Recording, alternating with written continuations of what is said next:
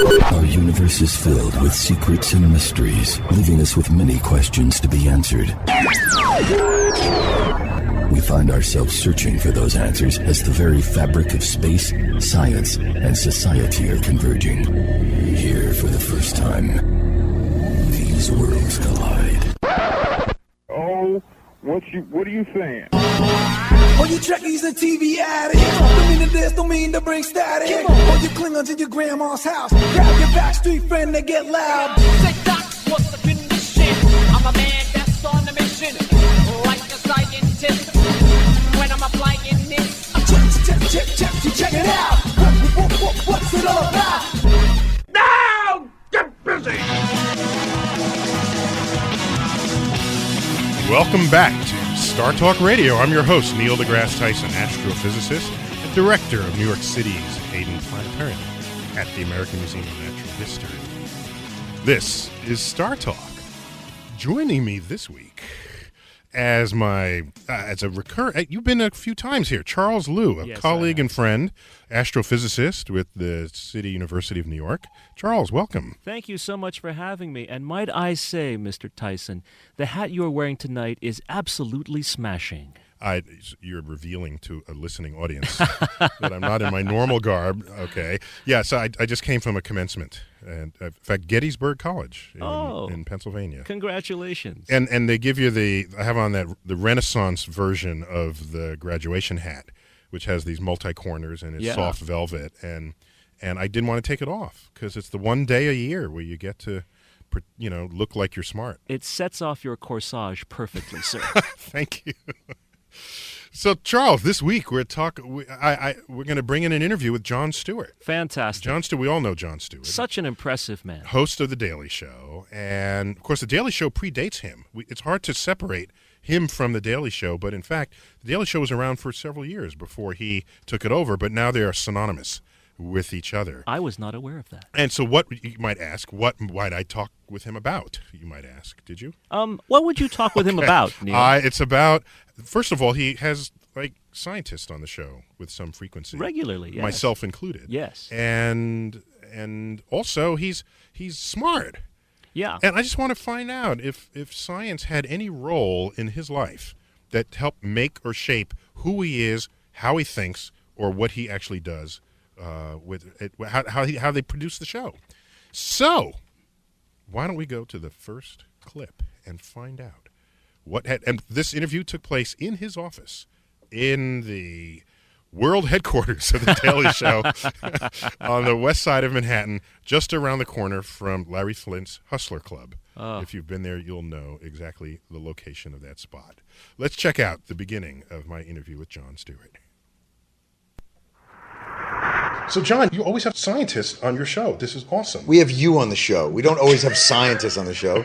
So let me ask you, when you figure out who the guest is going to be, do you have some deeper philosophical mission statement that you are fulfilling when you ask scientists to appear? Here's the thing. You always like to balance guests. We have an awful lot of political guests. We have some actors. We have some things. I personally am very intrigued and interested in science. You know, Neil, and I don't know if I've discussed this with you previously. I was a chemistry major in college for the first 2 years. Is that right? William & Mary. I went through inorganic chemistry was the first year. Organic chemistry was the second. What's your favorite element, by the way? Oh, I'm a huge carbon guy. Oh, cool. Okay, good. I enjoy the molecular slut of the table of elements. It is so a molecular slut. It will bond with anything. Totally. It's ridiculous. It's so out of control. And by the way, 4 bonds. I don't want to say things that people... 4-way all the way around. That's exactly right. And I don't know if you knew, you can make more molecules with carbon than you can all other molecules combined. Didn't know. What, are you kidding me? I had a picture of carbon up in my bedroom when I was a kid. That is awesome. Carbon was my teen idol. Okay. No, Jon Stewart has been outed. I'm a huge carbon fan. Okay. So what happened in the last 2 years of college? Well, it got very hard. The scientists wanted the exact answer all the time. They wanted the right answer. Mm-hmm. So I switched to psychology, where they wanted just an answer. Any answer. Any answer, as long as it took up like 8 pages. And I thought, well, I can do that. Okay, so you've been scientifically baptized. In spite of switching over, you have a That's sensitivity. Right. And so now... Don't make it sound like a penicillin allergy. I don't have a sensitivity. I have a love. A love of science. A love of science. Now, here's the thing. Mm-hmm. Most talk shows, they'll bring on the politician because they think the politician matters, because people vote for them and they allocate monies. But at the end of the day, I could be biased. At the end of the day, there's scientific issues that affect us all. Oh, Neil, here's my thing. You go away, and I'm not sure you don't take gravity with you. I don't know what you got planned. I don't know what you got in your little suitcase. You're a scientist. Yeah. My epidermis could be in there. You got all kinds of things planned. You would know it if I had your epidermis. Oh, make that clear. You would think I would know it. You'd look really different without your outer skin layer. So when you bring on scientists, it's not just their work. Often there's science as it affects policy and society. So if you were to rank your most important sort of science issues, what would it be, do you think? To me, the science of health and medicine. As a registered hypochondriac with the Hypochondriacs Institute of Hypochondriacs. Card carrying, apparently. Card carrying, which, by the way, we have no meetings because everyone's afraid to shake hands at the beginning of them. I would always suggest that health and medicine are at the forefront of any scientific discussion, any scientific breakthroughs. People don't want to die. I enjoy a good theoretical, and we're the only animals that seem to know it.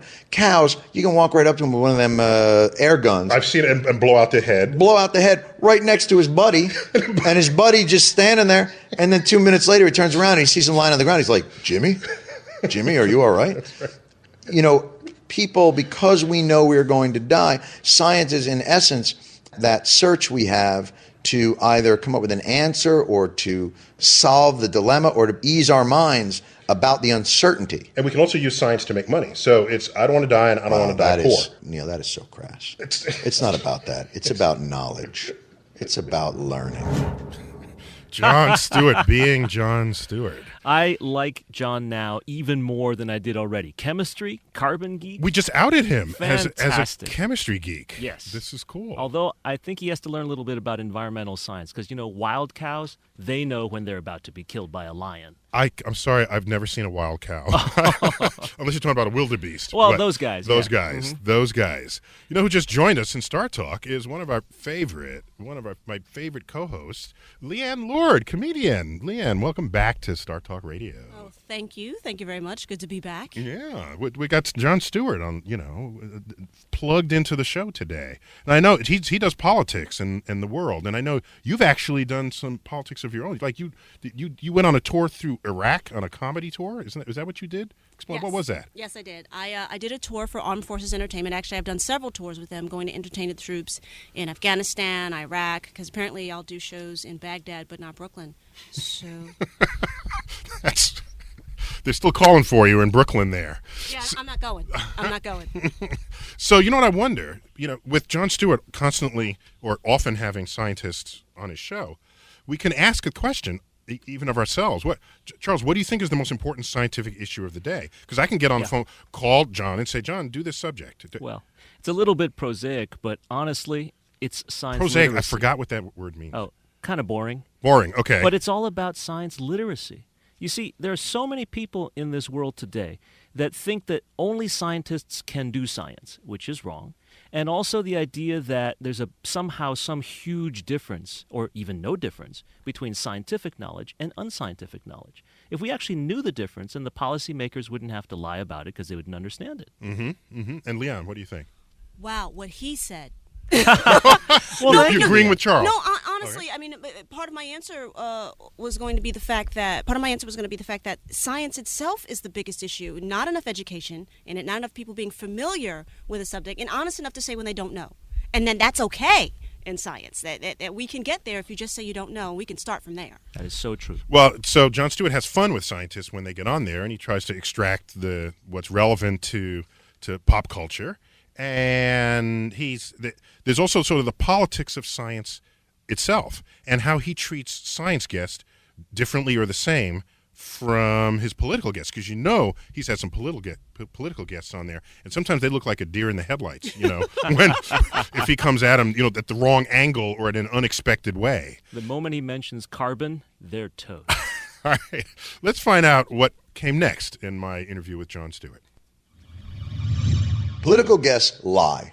Okay. They lie, and they don't often know what they're talking about. Scientists have spent years on their craft. They have a basis of knowledge. They have a depth of understanding. So when scientists are on, it's merely a question of trying to chip off a few wisdom chips, shave them down to present them to an audience. With politicians, you're trying to...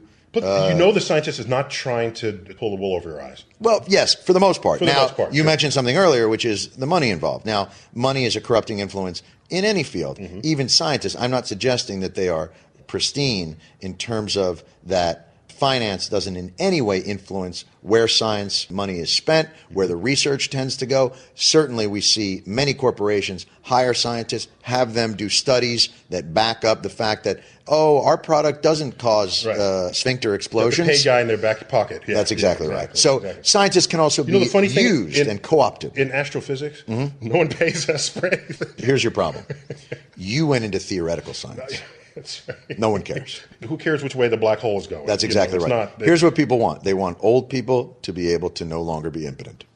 And that's the science. That's the highest priority. That's the highest priority of anything. You are trying to figure out, you're trying to move us next door to God's house. You want to see if man can somehow look into his window and see what's actually going on at the beginning. Many scientists are just trying to figure out a way to help Marlboro sell a cigarette that they can bill as a vegetable. Because it is a plant. It's a plant. So are there any particular science subjects that do better with your audience or your polls or however you learn about what they like? Well, it's very interesting that you would say that. We don't learn about what our audience likes. They just come to you with whoever they are. Well, what you do is you hopefully earn a certain amount of trust from your audience that the people that you bring on and the things that you talk about will have a certain amount of relevance to their lives or at least interest. I mean, So it's 11 o'clock at night. You do what feels right to you. That's exactly right. And then they eat that. If I may go with the science of weather, I use my own barometer. I keep bringing it back to science. That's good. Weather science. As it needs to be. That's exactly right. So in your show, sometimes you have to tow a guest. Oh, absolutely. Yeah. Typically, though, that's a politician.